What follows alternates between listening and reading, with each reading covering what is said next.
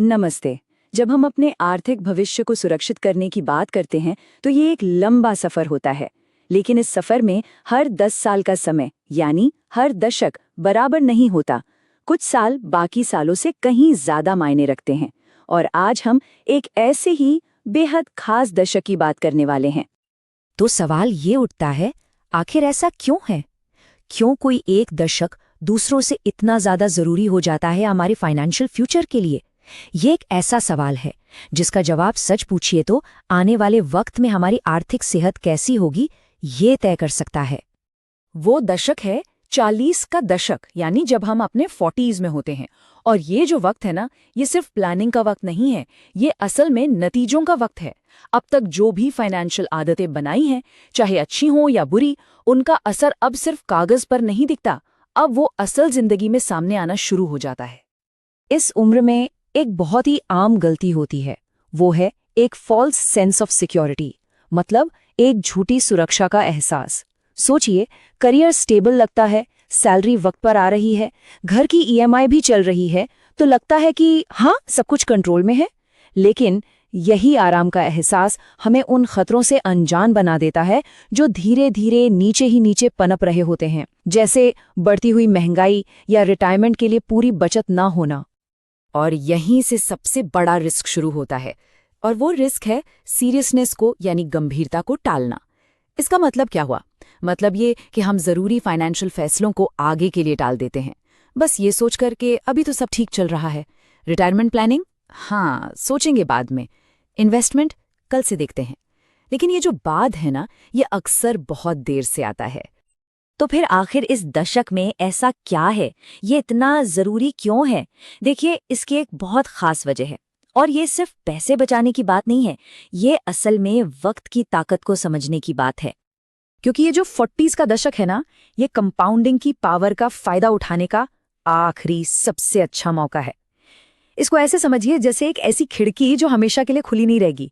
हाँ, इसके बाद भी इन्वेस्टमेंट हो सकती है, बिल्कुल हो सकती है, लेकिन जो फायदा इस दशक में मिल सकता है वो फिर कभी नहीं मिल पाता। अब कंपाउंडिंग आखिर है क्या? चलिए इसको ऐसे समझते हैं। मान लीजिए एक छोटा सा पौधा लगाया जिस पर फल आए। अब उन फलों के बीजों को फिर से जमीन में बो दिया। धीरे धीरे वक्त के साथ आपके पास एक पूरा बाग तैयार हो जाता है। बिल्कुल इसी तरह आपके इन्वेस्टमेंट से जो कमाई होती है उसे फिर से इन्वेस्ट कर दिया जाता है, ताकि वो कमाई भी आपके लिए और कमाई लाए। और इस पूरे प्रोसेस के लिए सबसे जरूरी चीज क्या है? वक्त, टाइम। और 40s में ये कीमती वक्त हमारे पास होता है। तो इस अहम दशक में आमतौर पर दो रास्ते सामने आते हैं। एक रास्ता थोड़ा लापरवाही का है, जिसमें लोग एक्साइटमेंट ढूंढते हैं, नए नए इन्वेस्टमेंट आइडियाज के पीछे भागते हैं, अपने पोर्टफोलियो को जरूरत से ज्यादा जटिल बना लेते हैं और बाजार के हर छोटे मोटे उतार चढ़ाव यानी शोर पर रिएक्ट करते हैं। और फिर एक दूसरा रास्ता है, अनुशासित रास्ता, जिसमें शांति से चुपचाप कंसिस्टेंसी से काम होता है।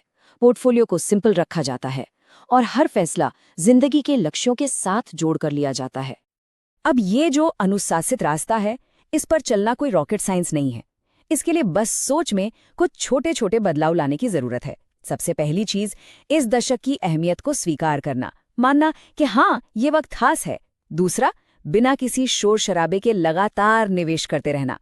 तीसरा, अपने पोर्टफोलियो को सरल बनाना, उलझाना नहीं, सुलझाना। और चौथा और सबसे जरूरी, ये पक्का करना कि हर इन्वेस्टमेंट असल जिंदगी के लक्ष्यों से जुड़ा हुआ हो। और इसका जो नतीजा है ना, वो बहुत गहरा होता है। अगर इस दशक में फाइनेंशियल डिसिप्लिन दिखाया जाए तो यह हमारे कामकाजी जीवन के तनाव को आने वाले वक्त की एक स्थायी शांति में, एक सुकून में बदल सकता है। तो ये बात सिर्फ पैसों की नहीं है, ये असल में आने वाले कल में एक शांति भरी जिंदगी जीने की बात है। तो इस पूरी बात से कुछ मूल सिद्धांत सामने आते हैं। पहला, वेल्थ यानी संपत्ति रफ्तार से नहीं, निरंतरता से बनती है, धीरे धीरे, लगातार। दूसरा, सादगी एक बहुत शक्तिशाली रणनीति है, उलझी हुई चीजें जरूरी नहीं कि बेहतर हों। तीसरा, धैर्य, सब्र, यही सबसे बड़ा फायदा है, क्योंकि यही कंपाउंडिंग को अपना काम करने का मौका देता है। और आखिर में हमारा व्यवहार बाजार में क्या होगा, इसकी भविष्यवाणी से कहीं ज्यादा मायने रखता है। तो आखिर में ये सवाल खुद से पूछना बहुत जरूरी है कि ये दशक क्या परिभाषित करेगा। क्या ये आने वाली फाइनेंशियल आज़ादी को परिभाषित करेगा या फिर सिर्फ उन मौक़ों की कहानी बनकर रह जाएगा जो हाथ से निकल गए? इसका जवाब हर किसी को खुद ही तय करना है।